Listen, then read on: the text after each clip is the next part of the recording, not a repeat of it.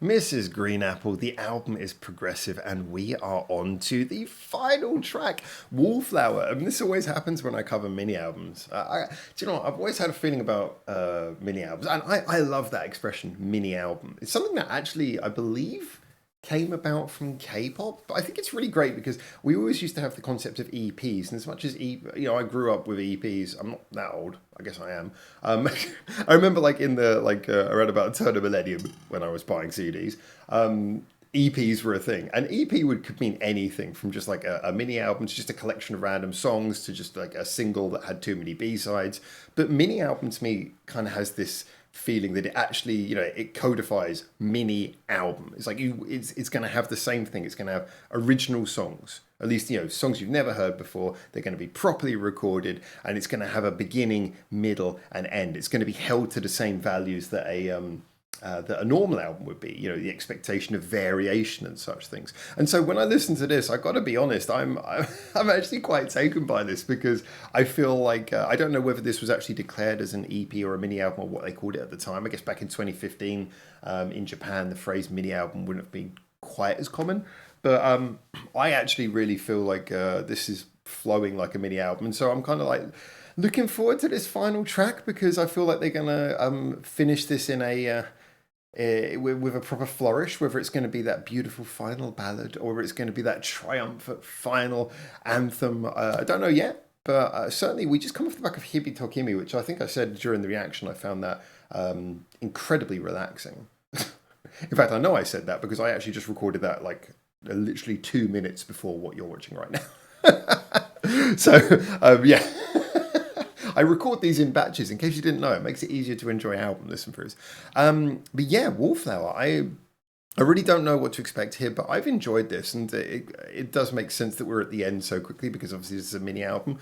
But remember, as always, get in the comments. Tell me what you want me to listen to next. Obviously, I could go back to the newer stuff, or I could continue this journey with the first full-length album. You guys let me know.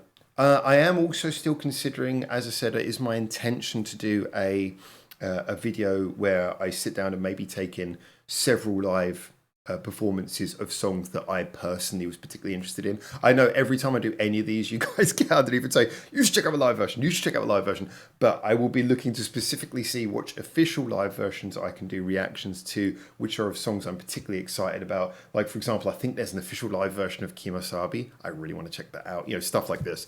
So, yeah.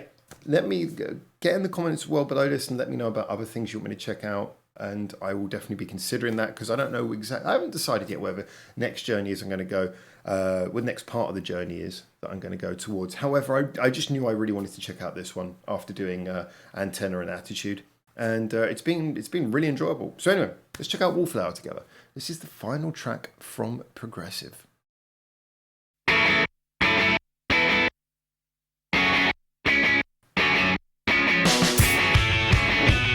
I'm liking all these sharp sounds, even the sharp snare.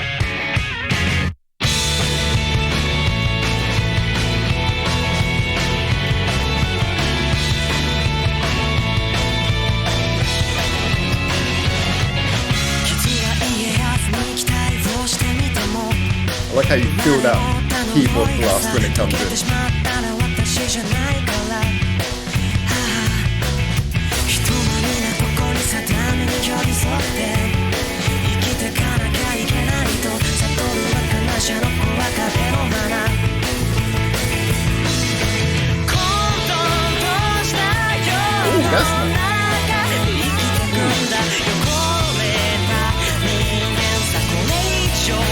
I like that 3-count rhythm in the vocals. Or 13%.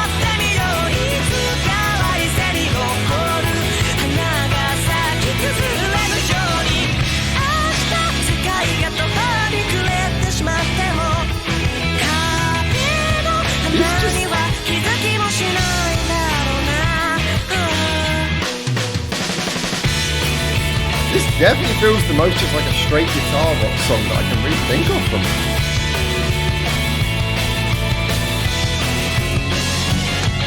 I love that little mix down on the guitar. Kind of semi-dissonant. 生まれてきた答えがさ最初から決まっているんなら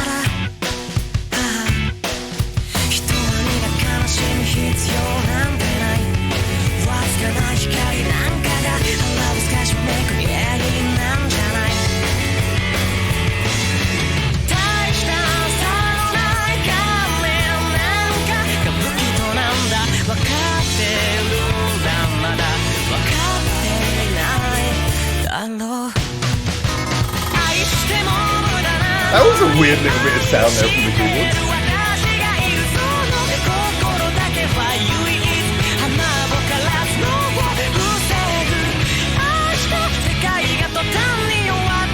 That's the bit where the chorus really hits there.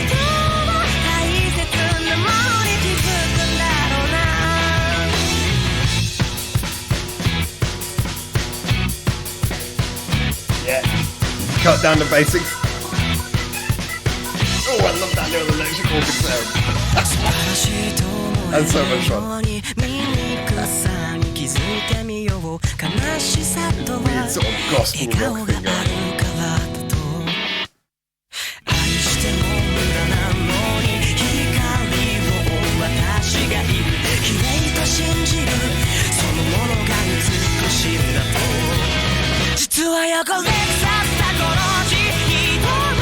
That was an interesting little skip beat there.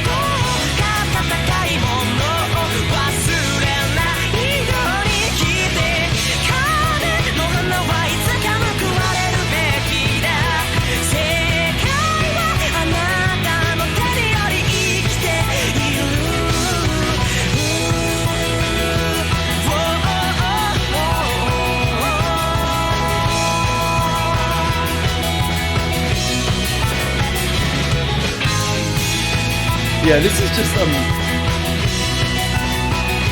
there's a little bit of keyboard just sort of popping in and out, and I feel the keyboard player's having fun, but ultimately this is kind of good. Nice little ending there. Like all those sharp little staccato sounds, then bring.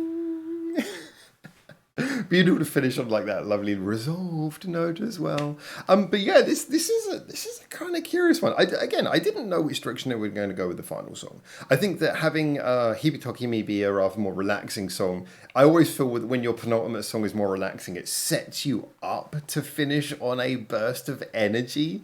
In fact, that was what I was expecting on their last full-length album, Antenna, and that's not the direction it kind of really went in. It went in a bit of a different direction. We got like a chilled penultimate song and then an anthemic final song that just kind of gradually built out of it. In this case, though, Hibitokimi goes nice and sort of chilled out, and still got a little bit of groove to it, but it's basically kind of relaxing. And then we blast into a rock song for the end of the album, mini album, EP, whatever you want to call it. I will say that on this one, this perhaps similarly to Hibitokimi, I do get the feeling that this fits to me in that territory of, it's definitely kind of an album track. In that it does a good album track, and it does everything that we like about the band, but none of the things it does are like stand out enough to say, oh, that should be a single. I mean, ironically, I was listening to a lot of the interesting things going on musically in it, and I thought, this is cool. It's. I don't want to make it sound like it's analogous to Nanio Nanio, because the two songs are actually quite different in a lot of ways. But essentially speaking, they're both kind of rock songs with like little cheeky dissonant moments and skipped beats in them. Obviously, of the two, though, Nanio Nanio makes a much better single. It's just kind of got a little bit more edge, a little bit more interesting things going on. It's a little bit more standout. It hits you that little bit more. This is still a fun rock song, but totally, it's an album track, and I think on that side it works. I think one of the most interesting things about this, though, is that it is it's surprisingly stripped back. Again, the keyboard is in there, but you notice how the first time we hear the keyboard, the song comes in, you get the intro, everything's going, and then you just get one blast to the keyboard note, and it disappears. And most of what the keyboard, so we've only really got one keyboard sound in this, which is that really funky electric organ, and most of what we hear it doing is just dup, dup, little dab notes quite quietly in the background. It's very quiet and it's not really doing much. And one of the interesting reasons why electric organ is often used in rock songs is because of the fact that it already has a slightly distorted sound. So it kind of, an electric organ, it can complement guitars, but also it can kind of fit in with them. It's not like if you put a keyboard, a piano over electric guitars, you get a very different sound. This keyboard of that electric organ kind of, I guess it's like a Hammond organ, someone's going to correct me, but that kind of gospel organ, I guess you could say, sound, it has a slightly distorted edge to it already, and it just fits in with the guitar. So it's, if you want to just do a straight rock song and you've got a keyboard player, that's often a good sound to go for. So for me, this feels like it's just trying to basically be a rock song. Again, the keyboard isn't really adding much of its own line, except for when we get that really beautiful little keyboard solo, it just gets super funky for like a moment. But basically, this feels like the keyboard is adding some nice flavor and color, but at its heart, it's a as always, stereo syncopated guitar track with the bass is pretty simple on this. It's just a straight rock song for the best part, and it's nice. I think it works. Similarly to Hippie Hime, as I say, album track, not the sort of one that is going to stand out as, oh, I've got to come back to that. But it adds something to the album because, again, even you want every song to at least have its own identity. The worst thing you can have on any album is two songs where you go, you took two shots at the same thing, didn't you? And this is why I went to pains to say that I can see similarities in theory and concept between this and Nanio Nanio, but I do consider them different songs. By the way, I don't know if you heard that sound, but that was my hand against the leather chair. That's all that was.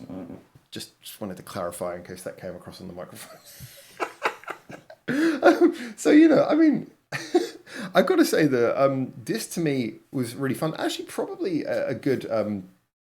if I were to compare it to a modern track, the way I feel about this is maybe quite similar to how I feel about the title track on Antenna, the opening title track, which I remember saying at the time had a similar feeling to this. Yeah, again, probably quite different songs, but actually that's probably the most similar tonally to this, in that both of those songs are very much just feel like guitar tracks where everything outside of the guitar is kind of just flavoring rather than actually adding a huge amount more musically. So it's interesting the more songs you listen to, as well as the fact that a lot of the phrases and things you are going to say about each song are going to become more and more recognizable as you get more and more used to the band's sound. It's also interesting how you can pick your references a little bit better as you know more and more songs to compare each song to.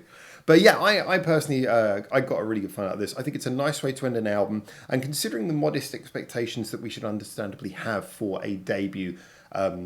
Was this a major release? I think it was on a small record company, wasn't it? But a debut national release. Considering the low expectations that you would understandably have for a debut national release, I think this was most notably progressive. Is one of those albums where it's like, oh yeah, it's like Mrs. Green Apple, like at their sort of junior formative stage. And yet, do you know what? A lot of these songs, if they came out today, I might notice the difference in the drum recording, and maybe like some of the mixing and stuff is a little bit more raw and ready here. But as a general, it would feel pretty much at home with what they're doing now, for the best part, or at least with what they were doing at the time of Attitude. But yeah, I certainly think that this is for a debut release, this is fantastically together. It reminds me a little bit as well of the fact that, so at the moment I'm getting into reviewing a band called Odere. And Odere, similar thing, straight out of the basket. They've only had like 4 singles so far. And I check out their singles, and these all come out in like the last year. And they're just so professionally done. And then I looked into it and found, they're from this like musical college. Someone told me they're from like a musical college or something, and there's funding behind them. So I kind of like, with Mrs. Green Apple, I'm really interested to know, because there's nothing about this, kind of similarly to the Odere thing, there's nothing about this where you think, oh, you couldn't do that as a junior band. It just takes a certain degree of creativity. But obviously it helps when you've got a little bit of financial backing as well. So I wonder how much support, how early on they got, because I can imagine if you saw a band like this back in 2015, because the Japanese music scene, I've been following it since around about the turn of the millennium.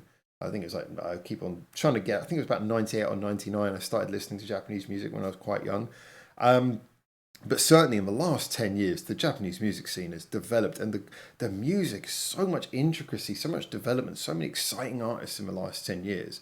But still, it was great in 2015. But if you heard this coming up in 2015 and you were working for a record company, you'd have been like, sign that up. Obviously, I don't know what the first EP sounds like because it's not available online, and apparently it was only sold at venues. But man, I really hope, if someone knows, I really want to get hold of that first EP. I really want to listen to it. I am fascinated to hear that. When probably there was no one to, maybe it was probably, just sounds, if it was sold at venues, it was probably the sort of thing, maybe it was just mixed by a friend or mixed by them, or maybe they did manage to save up for a studio or something. But I would really like to hear that first EP, the one that was only available at gigs. I'm sure someone must have it online, and given what the internet is like, I'm sure someone must have